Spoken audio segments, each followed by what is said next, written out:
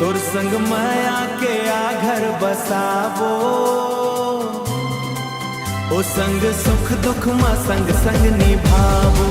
तोर संग माया के आ घर बसाबो, सुख दुख माँ संग संग निभावो।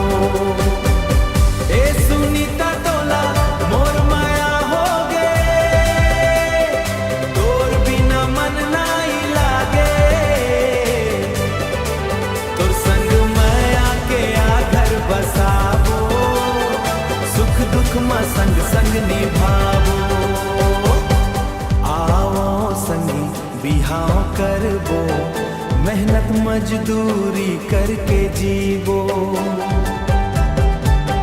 छोट कुन घर ला सजावो, माया के दुनिया संगे बसावो।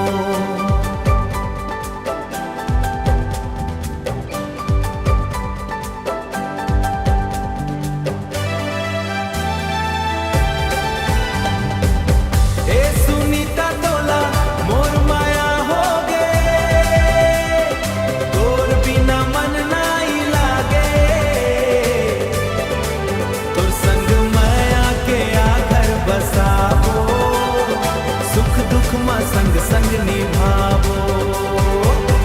तेरा जी नहीं होबे सुनीता, मोर दिल टूट जाही सुनीता।